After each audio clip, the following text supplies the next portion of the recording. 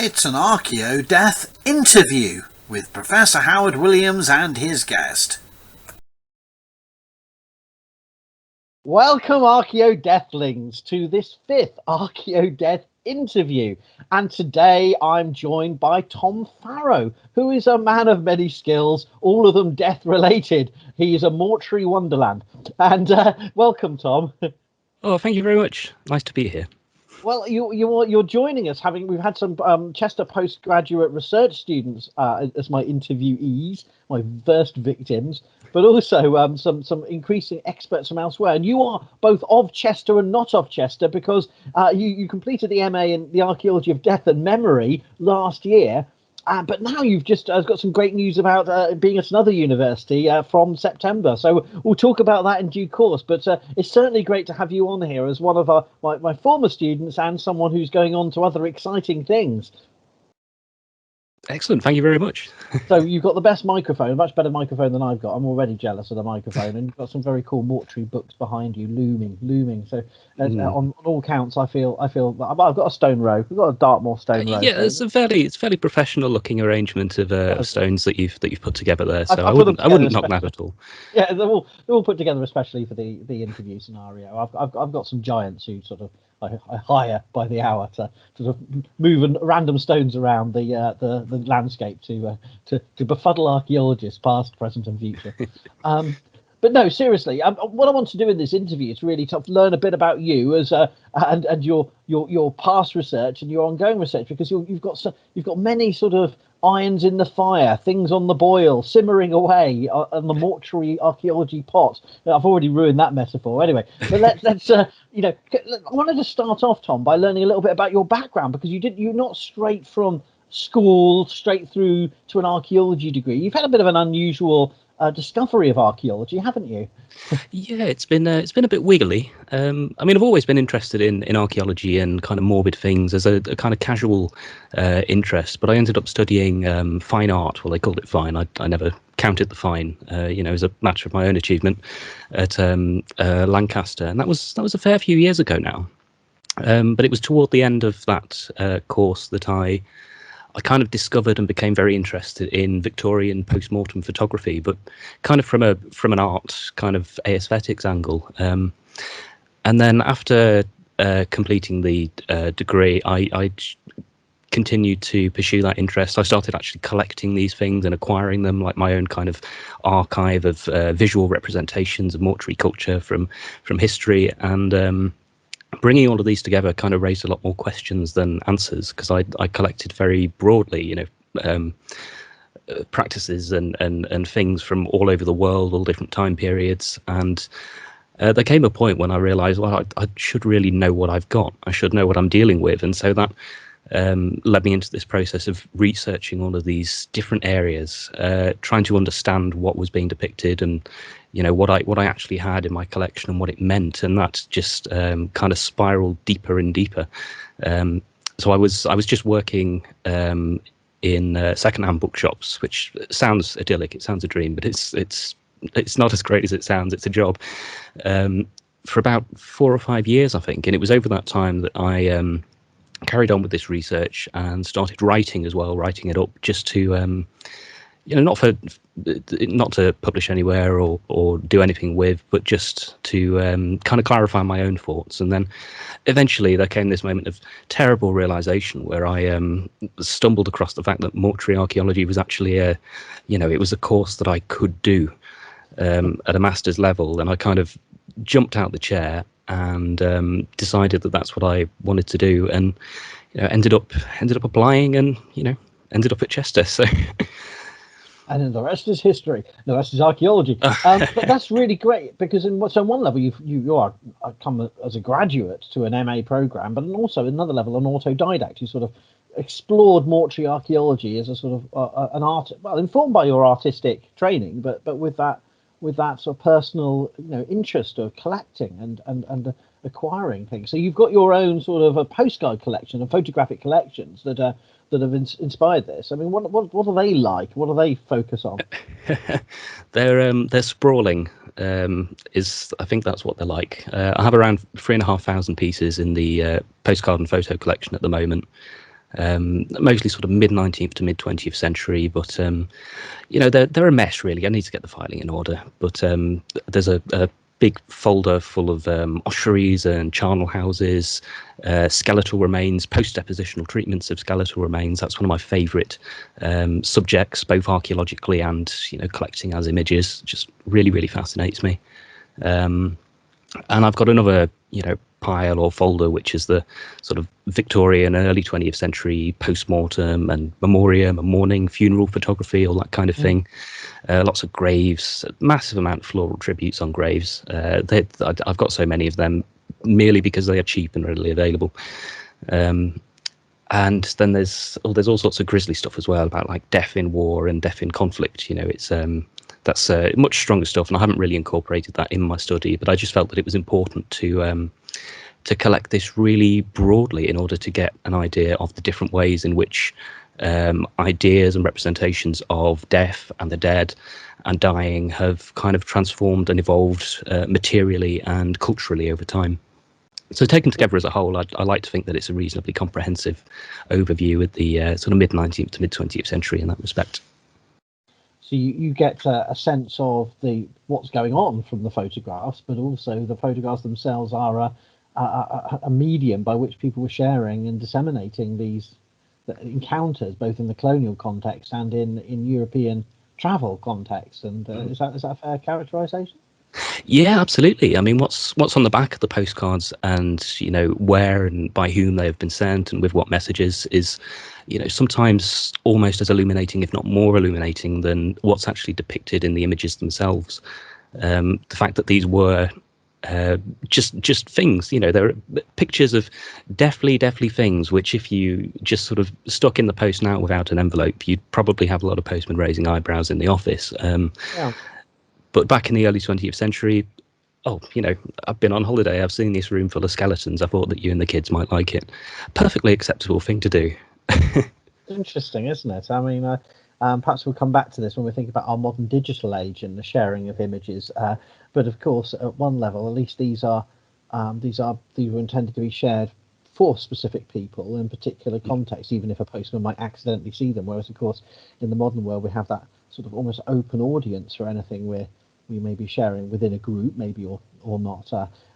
It's actually quite interesting because I rarely get triggered or upset by seeing images of corpses and human remains at all, as you'd expect as someone who studies them. But I must admit, I accidentally encountered someone sharing an image of a corpse on social media today, and it really did upset me. And it was in a journalistic piece being shared with a political stance about refugees, and you can imagine the kind of corpse that was being represented of someone on a beach. And I didn't want to see that today. And it's very different though, isn't it? I mean, I'm not someone usually who gets sensitive about these things, but it's about sometimes it can really affect you, can't it? I suppose. Yeah, absolutely. I mean, the context is so important when it comes to these images. The context and the character of them. And I mean, one of the funny things which I've noticed is the way that colorization affects it, because a lot of the images that I'm collecting are in black and white or sepia, and there are images in the war, like conflict, death in that context kind of collection that as black and white images, they're very, very easy to process. But I found when looking at more modern conflict photography and things like that, images such as that you mentioned there, it really is a very different experience, and it affects in a very different way. So that's something. The whole colorizing thing is a massive sort of project now of various public historians and digital artists, and it brings the living to life, or the dead, past times to life, but it also brings the dead to life in a way that is quite striking and disconcerting. If maybe the black and white creates a more sort of distance in a way. Yeah, I definitely think so. It kind of I think in terms of it allows for an immediate interpretation of the images, which is perhaps more on form than content. I mean, there's still a perception and a regard and a processing of the content that is there, but because it is formalized in black and white, it automatically seems distant, far away, non-immediate, non-threatening. and yeah, more like an artifact than a truth, perhaps. If that's not too poetic and rambling. Oh, that's really interesting. So you had this art degree, you had your interest, you had this collection that has many facets to it, and I remember you were contacted. I think it was me first of all, and Yes, yeah. you had some academic writing. I mean, I don't know. I don't think you were very humble about it. You said, "Oh, I've written some stuff," but it was a very coherent piece of academic writing, and you jumped into an archaeology degree, which is something I confess we always set up the MA Archaeology of Death and Memory accepting applications from geographers. We've had historians, English students. I think I assured you of that fact, but it was never what I thought the degree would have. I thought the degree would mainly have archaeology undergraduates applying to stay an extra year, specialise in funerary archaeology. As Dr. Amy Gray-Jones, who's a bioarchaeologist myself, I have my funerary and memorial interests. I thought that would serve as a pathway for our own students, and I kind of guessed it when we started doing this about 8 years ago. I think it was when we started planning this. We would have individuals such as yourself with an art background, or we would have someone with what was his first degree? It was a BSc in sports science or something. So we have had people from other backgrounds do it, but we never expected it. But you're sort of like one of a series that have come onto the program with very, you were unsure. I was unsure, to be honest. Yes. But I mean, I don't mean that in a way of, I don't know if you can do this, but we wanted it to be right for you, but it did work out for you. I mean, so tell me a little bit about your experience, honestly, about coming as a non-archaeology applicant onto the MA. Well, that kind of openness to applicants that you mentioned there was one of the things that really attracted me to the course. The fact that it did have this sort of multidisciplinary focus. There was another institution that I inquired with about applying for an MA funerary archaeology course. I won't mention the institution, but I was actively discouraged from pursuing that. I think the quote was, something along the lines of, "We will, of course, consider all applicants, but we don't want you to waste your time." So that was, very discouraging in that context. So after that, to have decided, right, I'll give this one more shot. I'll keep the doors open. Don't give up just yet.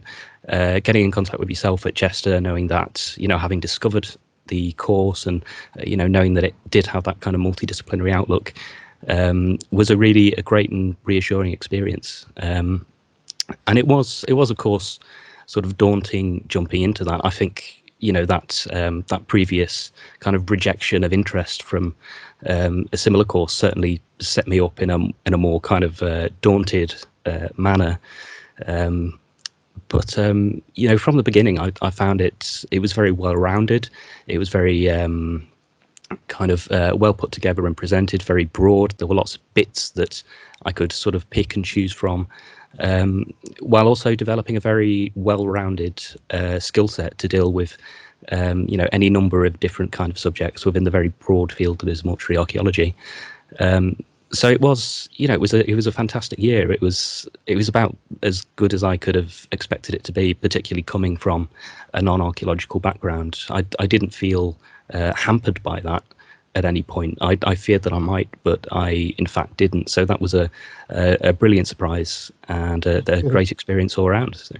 Oh, well, I'm very pleased to hear it. But equally, of course, we were worried about this, and I do sympathise with that other university making that point, because we don't want to missell, and we don't want to, encourage people to join a program and find themselves disillusioned. So, I know, though disheartening the way they said it was, I kind of sympathise with their point of view, because I was struggling with the same sort of the issue with you, and I didn't want you being, your interest being quashed almost by the fact you had to approach it from an archaeological perspective. Although we did promise, and we did cover historical, anthropological, sociological dimensions, there's still an archaeologist teaching it. So it's very relieving to hear that you sort of it worked out for both of us, as it were, for both sides of the program. And because you were exposed to new periods and places, but we did allow you within the options of assignments to explore your own thing, didn't we? And I mean, like, for example, the landscape and memory assignment. You tell us about that, because you did a really exceptional piece of work looking at St. Paul's, didn't you? So that'd be really interesting to hear more about. Well, I guess the period that I kind of came into this being most interested in was probably the late medieval, and then that expanded to post medieval into historical archaeology.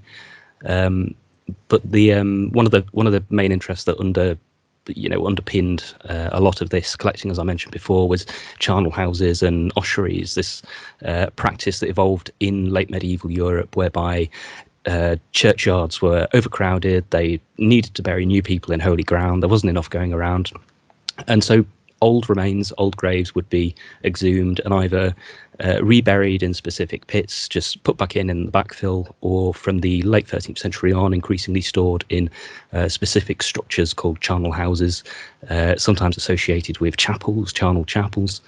And that's just something that I found really, really interesting on an aesthetic basis at first, and the more I learned about it through study and through the course, the more interesting it was conceptually, and particularly through the course in terms of how it related to memory. And the subject of channeling, it has a presence on the European continent, because there's a lot of extant sites knocking around there from the late medieval and the post-medieval periods. But in England, it's rather a different story. We only have 2 extant late medieval sites in Hythe, in Kent, and in Rothwell in Northamptonshire, St Leonard's and St Mary's. And it always seemed weird to me that there weren't more of them knocking around. And this is something that I'd started looking into before the MA, and within the context of the Landscapes and Memory assignment, I decided to focus on the charnel chapel of St Paul's Cathedral in London, which had formerly been the country's largest up until the time of the dissolution. And yeah, it struck me as very odd that this was once the country's largest example of this incredible communal mortuary phenomena, which has been, largely lost and neglected in scholarly context in England since then, or since the Victorian times anyway, when it was last really sort of enjoyed by many people. So exploring that was something that I, had the opportunity to do in the Landscapes and Memory assignment. I'm repeating myself a bit here, going back and forth. But that really consisted of an exploration of memory, individual memory and communal memory in the late medieval period, how the individual grave related to the communally redeposited remains in charnels in terms of like where memory lay and what it signified in the time period and the context. But then looking at what happened at the point when all this changed during the dissolution of the monasteries, which preceded the dissolution and liquidation of chantry institutions, where prayers would be said, commissioned for a fee on behalf of the dead, and charnel chambers were often associated with these chantry structures. So when they got rid of the chantries, they got rid of the charnels as well, because if your mate down the pub who happens to know someone who knows someone says, I've got a building going cheap, it's really well built, sturdy stuff, good stone, 2 stories, lots of space, and you say, oh, that sounds great, how much is it? Oh, not very much at all. You buy yourself into it, you get there, have a look, you find out the basement is just full of human remains. And of course, if you're going to make use of both stories, really make good on your investment, you need to clear out the basement.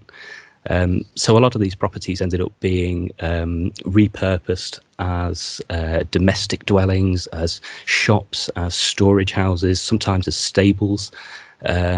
Quite a few were repurposed as schools, actually, and schools connected to them still exist. The Edwardian grammar schools, I think they're referred to as a group, as it was Edward VI who they were repurposed under his name, under his reign, and kind of rededicated to him. So that was the kind of the crux or the subject of the paper, really, looking at what this was, what happened to it during the dissolution, and what happened thereafter.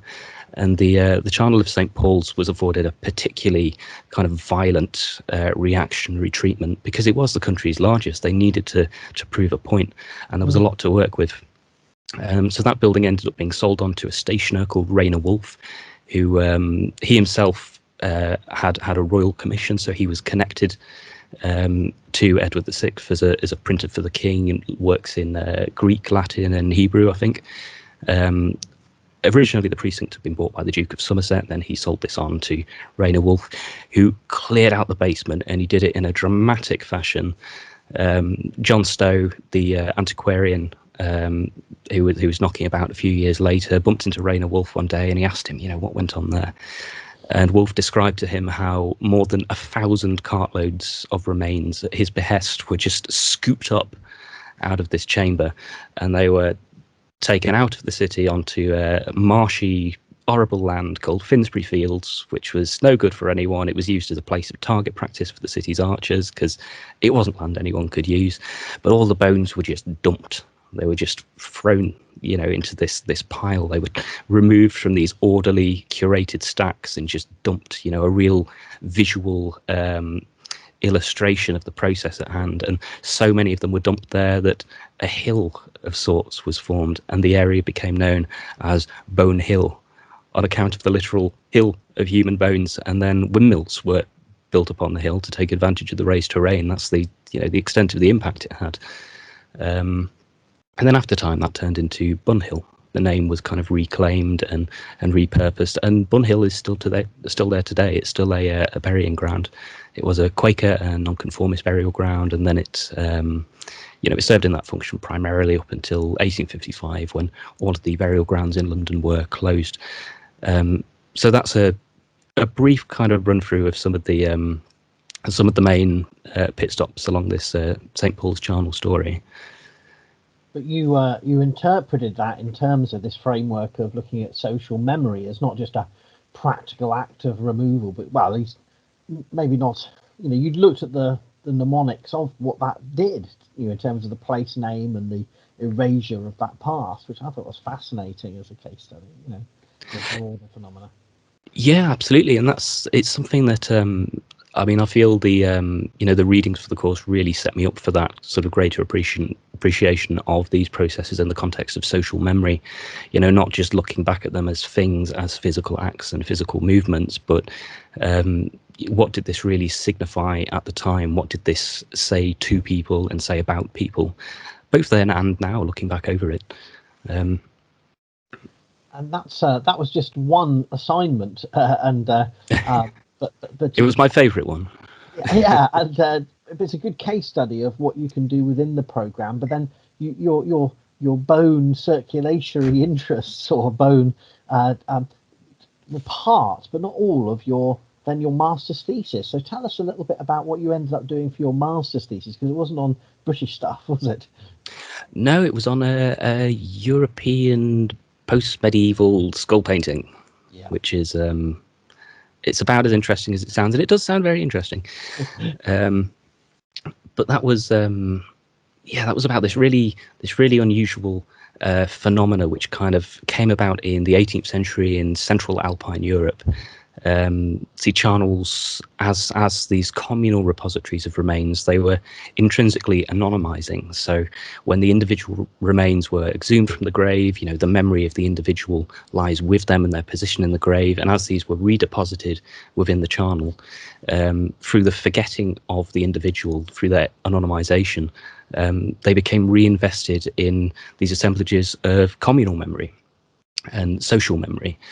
There were places where if you lived in a town and it had a charnel, that's where all of the people who lived there before you live now, or lived. I'm not sure of the proper use of that in this context, but where they were accommodated. Yes. But it's also where you would be accommodated. Years down the road. After all was said and done, it was a destination, and I think they've been described as a destination and an origin, both retrospective and prospective, to kind of gel Carant Nunn and Mullany together.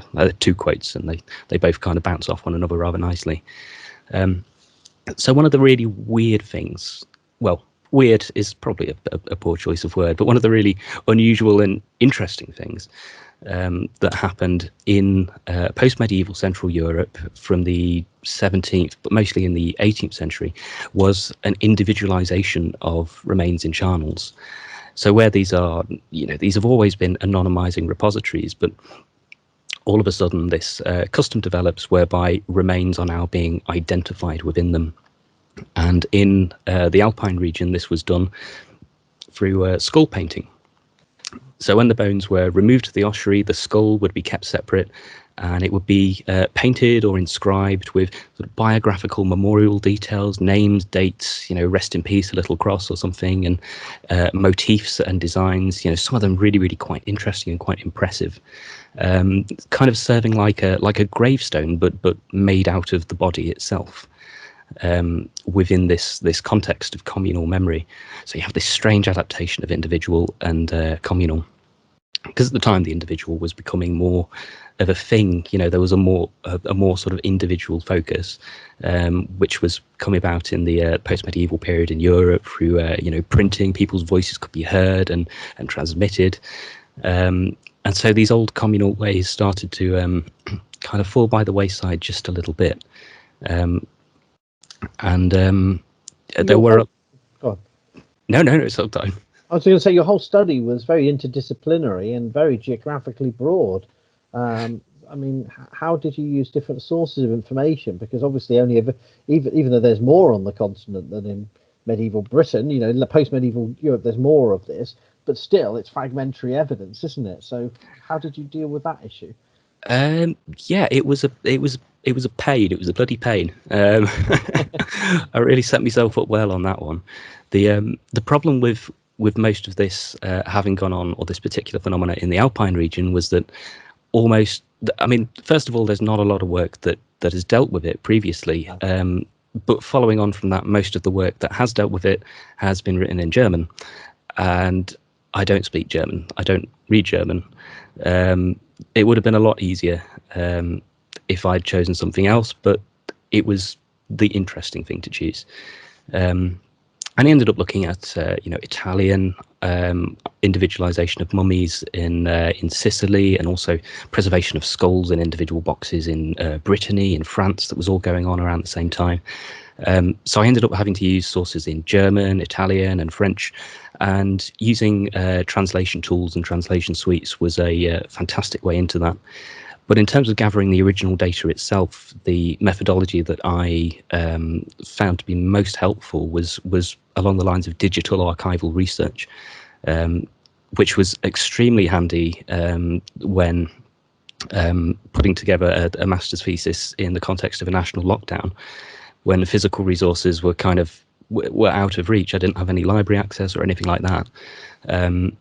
But fortunately, relying on digital archives, online, public domain material, so material largely printed before 1900, which is when these sites were around. They were mostly deconstructed in the late 19th and early 20th century, so this kind of worked out perfectly. That provided me with a massive kind of window into huge quantities of primary and secondary data, most of which hadn't really been incorporated into any of the existing literature before, because it just couldn't have been. If you've got let's say 500 pages of one book of relatively obscure Victorian travel literature, one guy who's wandered around the continent in 1872, and he's had a jolly old time, he's come back, he's written a book, he's published it, 10 people have bought it, nobody cares. Sounds like my book. Maybe mine one day if I get round to it. But yeah, if that's found its way into a public library or a public archive, the chances are it's either been digitized already or it's going to be digitized. So that has ended up online in one of these public domain archives, and it's been converted via OCR, optical character recognition technology, into not images of text, but actually text itself, which makes it fully searchable. So I no longer have to read 500 pages of this fella wandering around saying, "Oh, isn't that quaint?" Just type in a word, click a button. If there's anything there, I know. So many perhaps viewers who are aware of the skull painting will be aware of the Hallstatt collection, and often that sort of floats in the literature as the only example, dredged up again and again. But by looking at this broader corpus of material, geographically spread of travelers, you were able to pull up, even if it's just a brief description, giving you a sense of that broader picture. Is that the power of that material? Not necessarily detailed recordings, but the scope of churches, the number of churches that had these kind of ossuaries with painted skulls. Yeah, absolutely. And I mean, the first thing that I really set out to do in the thesis was to establish the historical distribution of these sites, because that's, like as you say, Hallstatt is the one that everyone knows. If somebody knows about skull painting, they know about Hallstatt, because it's the largest extant collection, and it's a great collection. I'm not knocking Hallstatt, but it's not the be all and end all, and it never was. It just happens to have remained where it is, and it happens to have been well photographed. It's on a tourist itinerary even to this day. But in surveying the wider area through these documentary sources, I was able to identify a total of, I think it was close to 140 sites where skull painting had been occurring throughout the post-medieval period, and most of these sites don't exist anymore. The only note of existence is a mention in a 19th century book. Oh, we were wandering through this village and we looked in the church and they had these skulls and they had names painted on them and numbers, and wow, isn't that weird? Let's move on to Zurich. But putting all of those little pieces together allowed me to kind of create this map, and it was, I did plot it on a map of the distribution of these sites in the Alpine area. So that was I mean, it was as I say, it was a bloody pain. It took forever, but it was worth doing because nobody's done it before. But now even though these are not being written by even the most basic of people aspiring to be ethnographers or historians, they're just travellers, but they see it as an oddity. They mention it, and therefore it's of value today. And that's so sad that these sites, that might be the only record, because these practices were expunged, weren't they, in a lot of places, or looked down on, and Yeah, well, in the 19th century, within the context of, I mean, you had like a rise in continental health tourism, people going over to Europe to kind of, to take the air and get better. They didn't want to see loads of mouldy old skulls. That wasn't the point of going over there. And then you had, I mean, there was general secularization of the 19th century as well. And then you had reform of hygiene, which led to a reform of mortuary practice, often like relocated extramurally.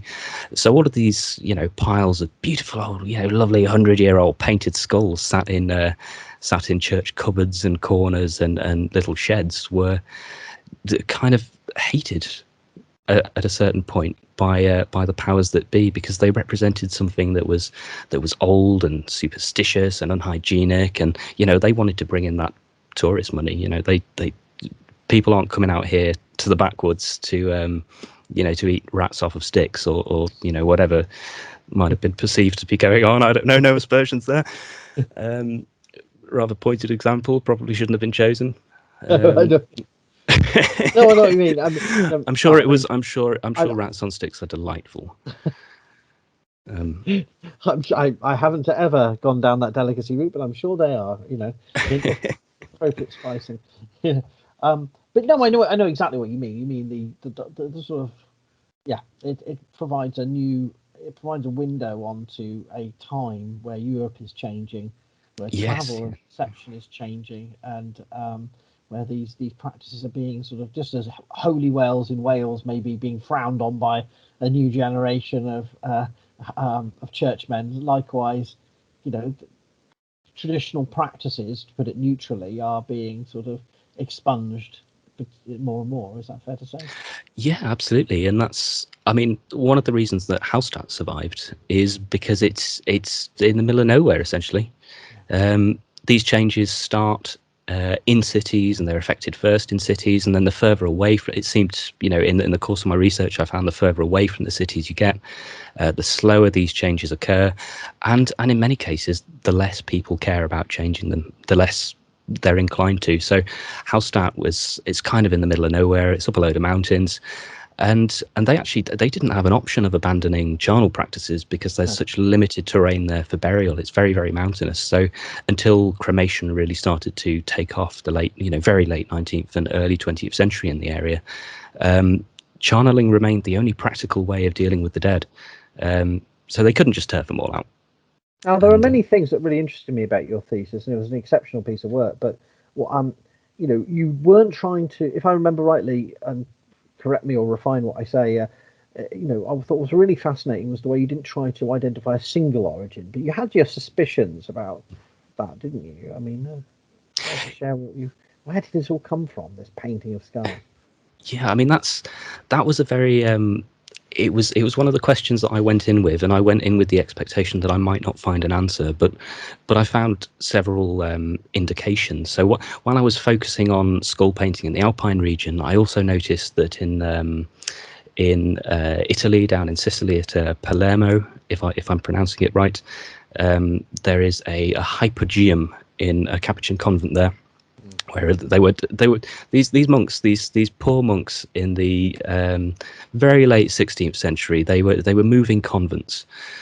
Now, moving house is bad enough, but moving convents apparently is a nightmare, because not only do you have to take all the furniture with you, but you've got to dig up everyone who you've previously laid in the ground. So when exhuming the remains of all of these former brothers, they discovered that a whole bunch of them had naturally mummified. And there is a lot of natural mummification that goes on in Italy. The climate there is very, very conducive of that in certain conditions. But they took this as a real big thing.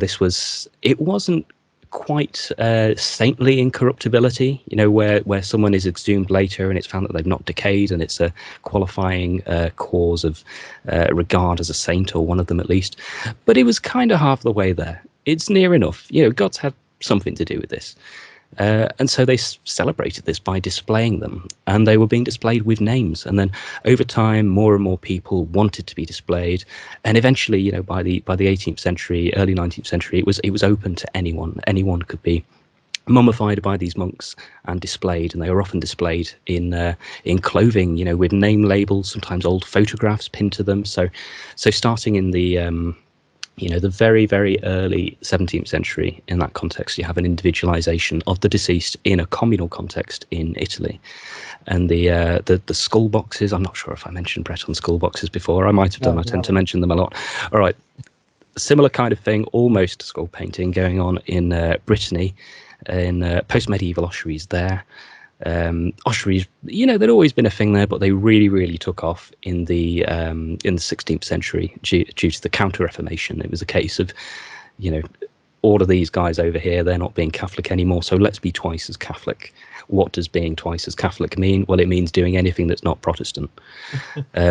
So ossuary use and practice kind of redoubled. But they grew this... I think it's the 17th century when this happened, really. There's some discrepancy, because there's one 16th century skull box that's labelled as 16th century in St. Paul de Leon Cathedral in France, in Brittany, and I don't believe it's 16th century at all. And I explored that and explained that and gave my rationale for it in the thesis. But as far as I'm concerned, 17th century development, they would take the skulls, but rather than painting the skulls themselves, as in the Alpine ossuaries, they would make little boxes for them. Lovely little boxes. They look a bit like, they were often described by 19th century travellers as resembling dog kennels, which is a bit horrible, really.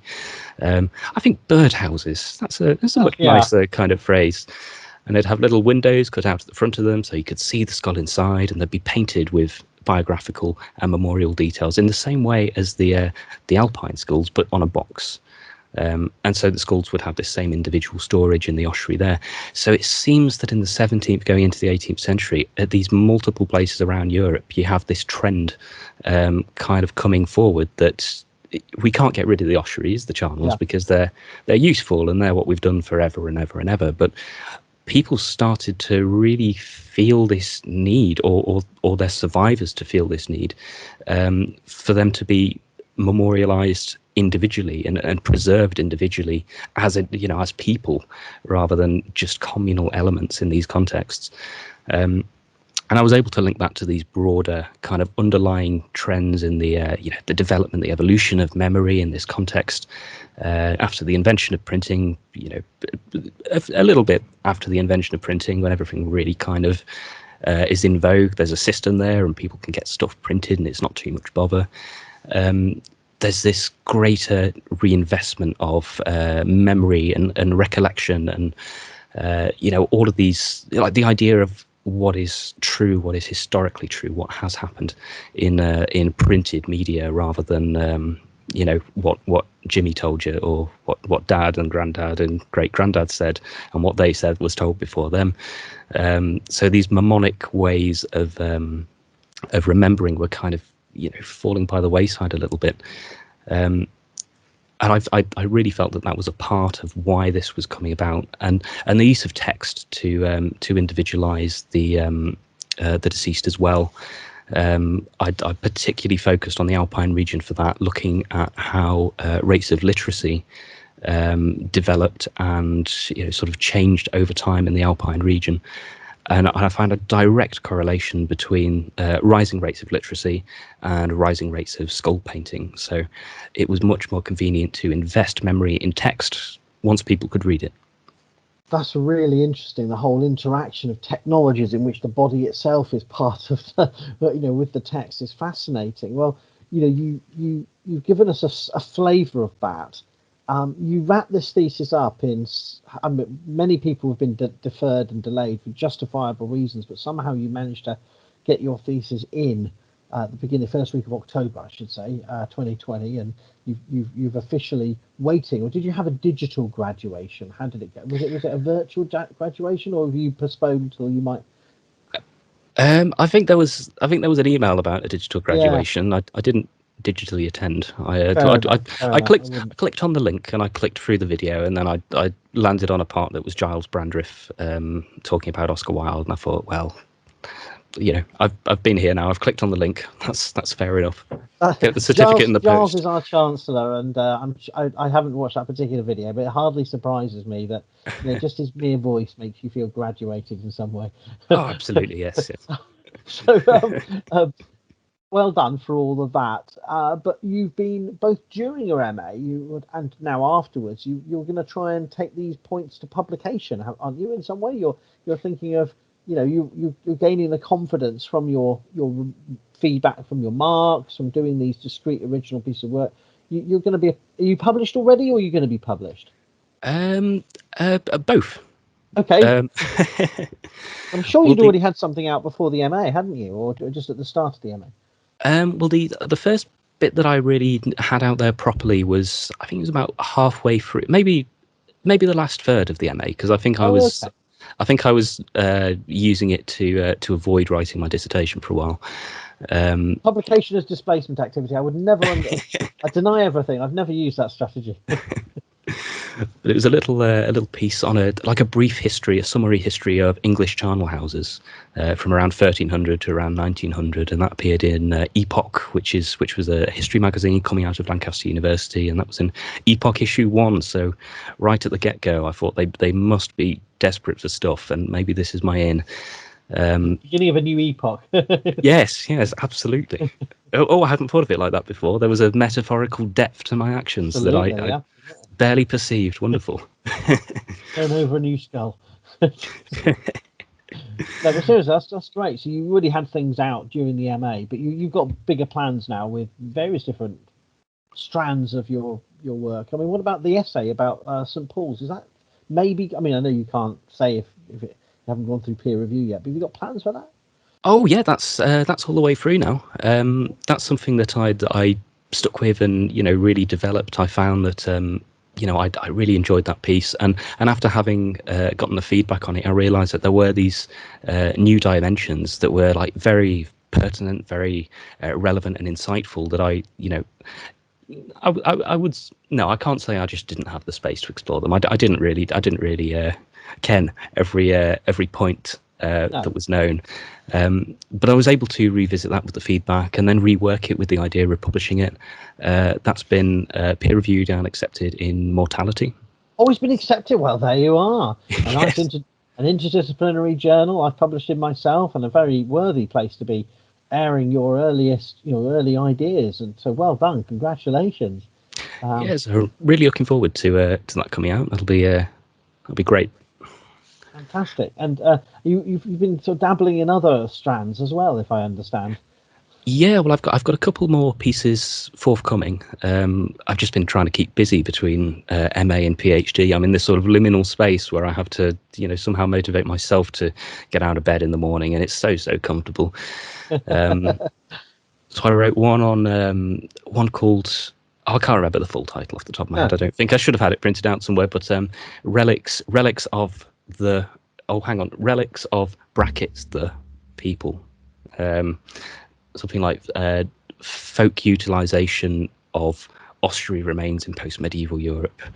Something That's like building that. on your MA thesis, then, yeah. Yeah, absolutely. It's a pure spin of that one. The in the course of my thesis looking into skull inscription, I came across these things called lottoschadel, which in the Alpine region are skulls that would be purloined from ossuaries, inscribed with the numbers 1 to 90, and then taken home by people who would stow them under the backs of their pillows as they slept, with the idea that these numbers represented the range of a national lottery system that was in place at the time, and the soul of the deceased of the skull would come to the inscriber in a dream and reveal the winning numbers.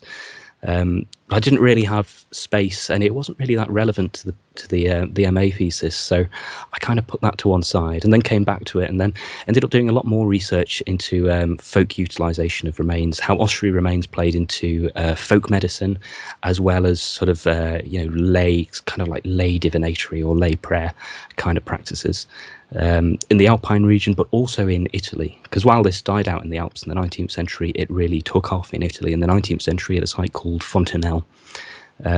Very similar skull adoption, dream visitation, lottery numbers. So much of what was going on was very similar. So I've got that coming out in the Inquiring Eye, which is the journal of the Museum of Witchcraft and Magic. Oh, right. Which is I mean, it's a wonderful museum. So it's fantastic to have found a place for such a niche subject within the journal that they produce. And then after that, I wrote a very little thing. It's been published as research notes in Quaker Studies on morbid naming conventions in early Quaker burial sites. So the funnily enough, Bunhill from Bonehill that was mentioned before, that's one example that I use, and there's one called Golgotha in Lancaster, the place of the skull, and dotted around the country there's Gallows Date, Gallows Ditch, yes, all sorts of really spooky morbid names in these early Quaker burial foundations, which you wouldn't really expect. You expect kind of green fields, pleasant acres, a nice rebranding. Yes. But no, they today are sort of the most contrived of pastoral names, aren't they? Sort of, yeah, meadow fields and stuff. Yeah. Go on,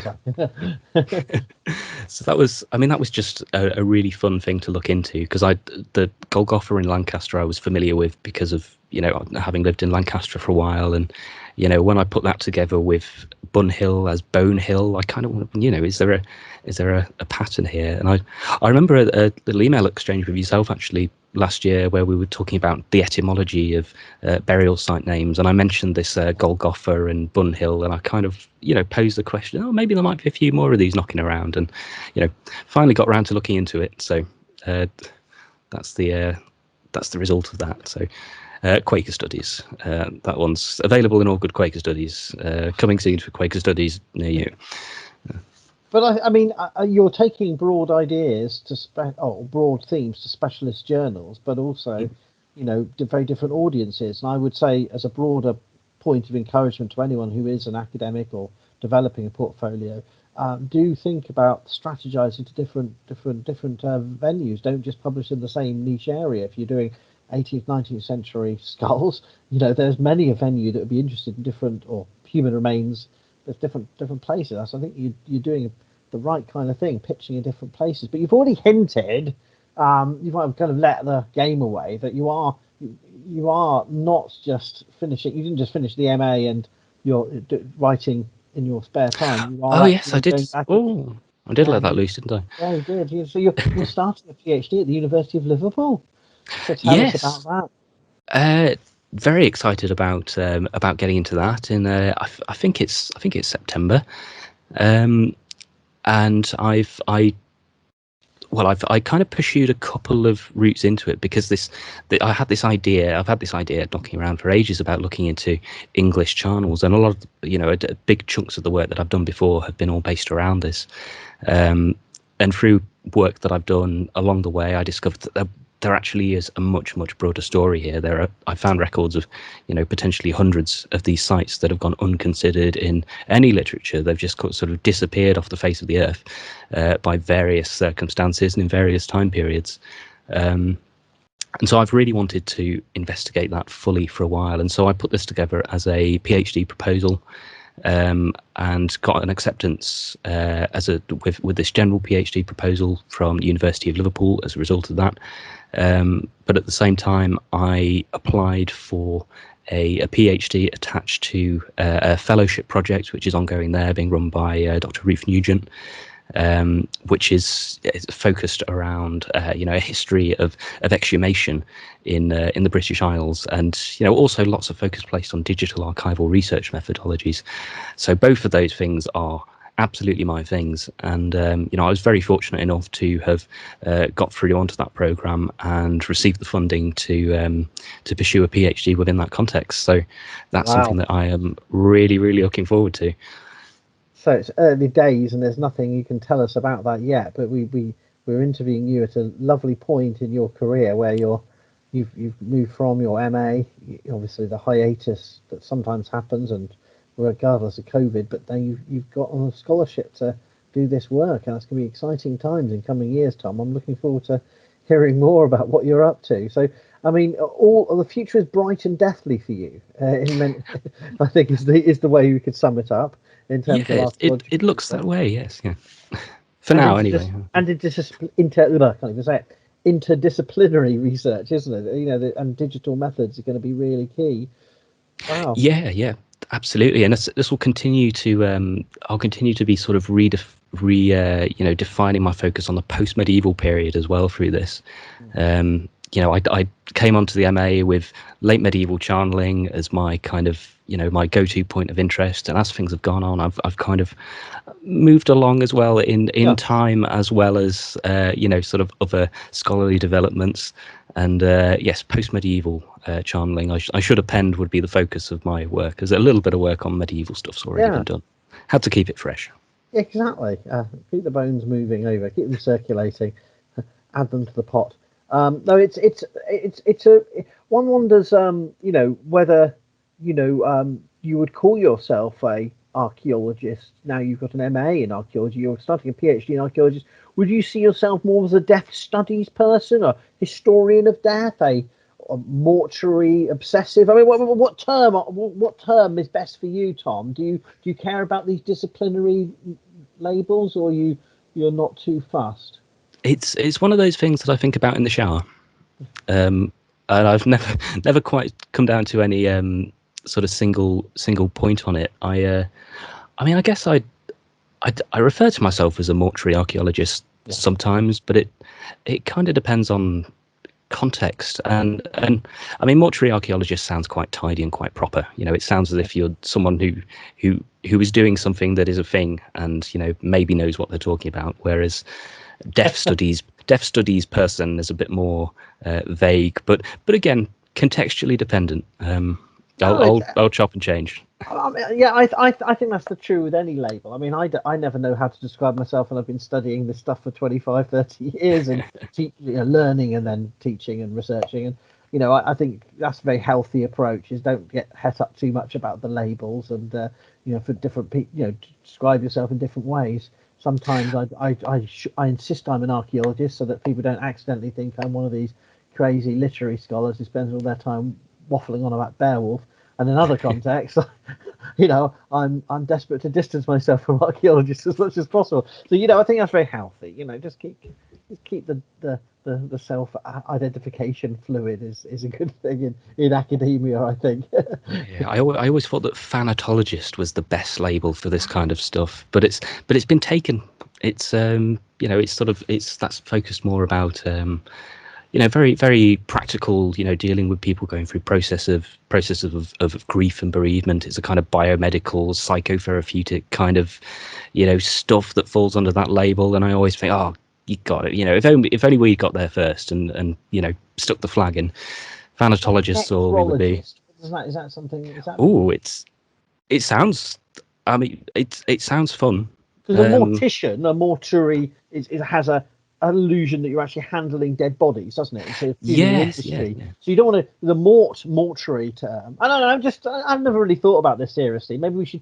I think maybe we just invent a term. We could decide this. We'll decide this now. Actually, we agree. Tom degrees from now on. But it's an interesting thing to discuss because I have to talk about mortuary archaeology, burial archaeology is very much more narrower in my vision. And, I don't know. I don't know. Well, we'll think one up, okay? We'll do a separate video about that. Yes, there has to be something really good. If it's a separate video, that's a build-up. That's expectation as well.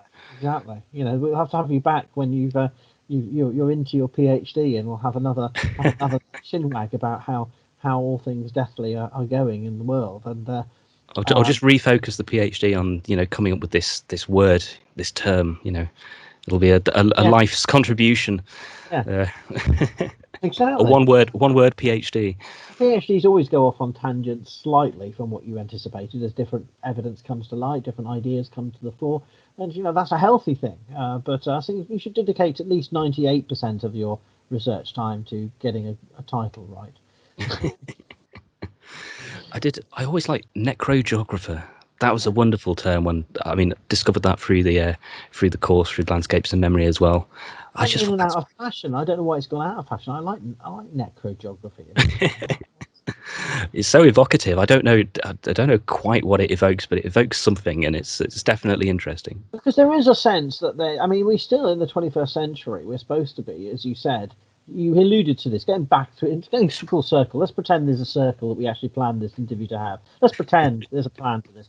Going back to your original enthusiasm as an art student who then collecting mortuary remains, and you made the point that there is something at the time of these collections that was seen as interesting, different, other, exotic, but still not taboo about these representations of the dead. And yet we seem to be going through cycles of Puritanism again, where people are very much not wanting the dead to be part of our conversations and our visualizations. And I confess that while I'm used to it, sometimes this hits me. I mean, do you have a sense of where we're going with this and what's going on with the digital and the real world engagements with mortality? These cliches about us all being separate from death. I mean, how do you see things going? I think that we're moving very positively and very progressively. It's a slow process, but in terms of the online side of things, with the at the DigiDef conference, which you kindly had your magical conference make happen hand in Chester, I did that little presentation on Deaf Online. Which really was something I was researching. I was much more into that just before the start of the MA. I've drawn away from it a little bit more. I've become more invested in the physical stuff, but trying to keep my finger on the pulse. And I think that through that, particularly through social media, we are kind of ever more leaning into this space where deaf has been re-engaged. It's being re-engaged as a community kind of social experience. In the in the olden days, olden history times, small towns, small villages, small communities, pre-industrial. That's what I meant when I was saying old days history times. Them days, yesteryear. Oh, aye, yeah. Days of yore. But deaf was intrinsically communal as an experience to be remediated. It was intrinsically social because you had these small communities. Everyone knew each other. When someone died, or if they were being buried or something, the church bell would be would ring out to announce that, and everyone would know.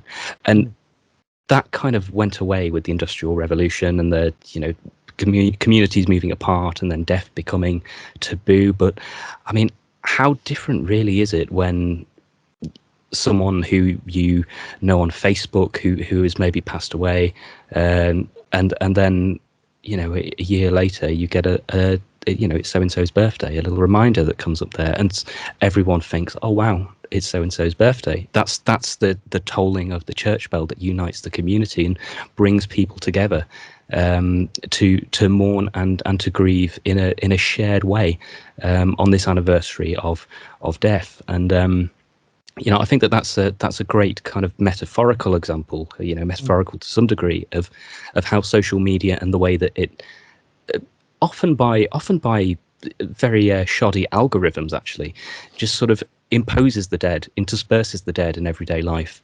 They are only 2 clicks away at any given point, and the algorithm often can't distinguish who's dead and who's alive if certain account settings and such haven't been selected. So all kinds of interesting developments as well, in terms of digital AI and all this sort of reconstructing people memory, and these AI reconstructions of photos and conversations and yes. I mean, this is all a little bit more up to date than I am, but fascinating avenues. So in many ways, you see that the digital era, new media, new ways of engaging, is not such a massive disjunction from traditional. It's more of a return. Absolutely. In some senses. Yeah, a real sort of. I mean, it's not exactly as it was, but a return to form or return to convention is how I would see it. There's a re-engagement, a social communal re-engagement with death and memory, which is happening via social media and technology, which is fascinating, very contemporary, and it will be very, very interesting to see where it goes moving forward. I think there's, in the UK at least, there's a lot more deaf awareness, there's a lot more deaf positivity these days than there has been in the past, or rather, let's say 50 years ago. One of my favourite little things on this point is Geoffrey Gorer. In 1955, he wrote a little piece called "The Pornography of Death," which is that's a title. That's something that intrigues, and it's only about 2 pages long, so that intrigues even further. But in this piece, he mentions that 50 years ago, he's writing in the 1955. 50 years ago, sex was taboo, death was not. That was how these two things fell into conversation. And 50 years later, when he's writing this, exactly the opposite is the case. Sexuality is a topic of discussion and conversation and awareness, as it absolutely should be. But death has kind of gone away as a subject in its place. They've been swapped rather than both acknowledged, as I think we really, really should do moving forward. So that seems to be coming back around, and hopefully we've got this Hegelian thesis antithesis, hopefully leading to a synthesis. And that's those are the only 3 words of Hegel that I know. I'm not really that clever. Disclaimer. I shall put that in the caption. No, but I think this is really interesting times. I think I've been studying mortuary archaeology for quite a while, and I think that there are flows and ebbs and in these debates, and I think it'd be interesting to see your contribution moving forward. I'm very excited to see your contribution moving forward on many different themes, because you've already shown yourself versatile in tackling a whole host of different aspects, not just skulls and paintings and postcards, or visual and material and corporeal aspects. And it's going to be really exciting, but also to see how not only what you research, but also how it contributes to these broader conversations. I think that's good across disciplines about mortality. So it's going to be fun times, Tom, and I really appreciate you joining me for this conversation. I hope other people find it of interest. I will be putting links to publications that come out, that are out or are imminent, so people can follow up and read some of your work. And I'll also, of course, edit it and add further, depending on when people are watching this, I'll edit and add in some further links to your University of Liverpool bio and other things. So just keep me in touch, and I'll keep the descriptor active, because who knows who's going to end up watching any of these YouTube videos. That's another digital mystery in the hands in the fate of a shoddy algorithm. But I hope in the next couple of years people will drop in and see these body of conversations and find it an interesting field to pursue for their own research, whether it's an MA or a PhD, or it's in a bit in their spare time. But and the DigiDeath, I was going to say the DigiDeath conference. The learning technicians have edited it for the students. This is a conference on digital mortality, which Tom presented at. But we're waiting for the public-facing version. But again, I'll put a link to that when it's available in the descriptor below. So, but anyway, that's all from us for now. And just to say a final thank you, Tom, for your time and energies, and good luck with all things deathly. Oh, thank you very much for having me on. It's been always a pleasure to ramble about skulls. Sadly, we're all going to die. But while you're waiting, why not follow Archaeodeath? Subscribe now on YouTube.